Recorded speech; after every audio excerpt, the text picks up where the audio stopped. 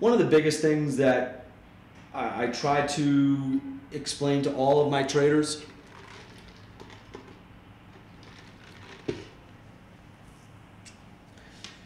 is capturing the spread.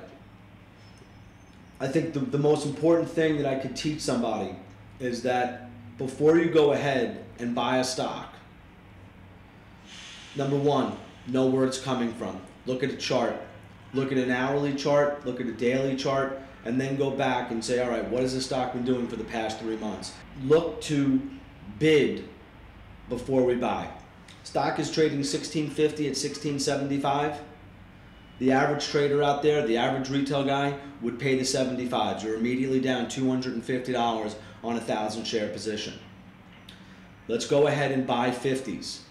And one of the great things about Lightspeed is what we could do is we could go ahead and penny the 50 bid, put in a 51 bid, and hide it by going H on Island. The other thing that we could do is we could show it on ARCA, and we can hit reserve so that all we're showing is 100 shares. And even the people that are bidding 50 might want to hit you just to get you out of the way from going ahead and what we used to call teenying them in the old days. Now you're bettering their bid by a penny increment. Go ahead and show 100 shares, and even though you have possibly 1,000, and save yourself and really, really, really capture the spread. The other thing is that, you know, all of the ECNs, the electronic communication networks out there, they pay you to add liquidity to the markets. They charge you to take liquidity in the markets. So if you're at a sliding scale and you're paying $5 plus pass-throughs, or 0.005, 5 cents plus pass-throughs, hey, listen, if you were to pay and buy stock on the bid, you're automatically knocking your commission down to 3 instead of 7. And that's huge. 100,000 shares a day, it all adds up. Besides capturing that spread of 25 cents, you're also gaining so much more knowledge. And you're not just acting on impulse. You're being disciplined. You're showing patience.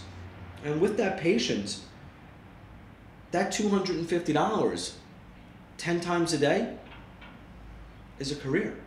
It's $2,500 a day.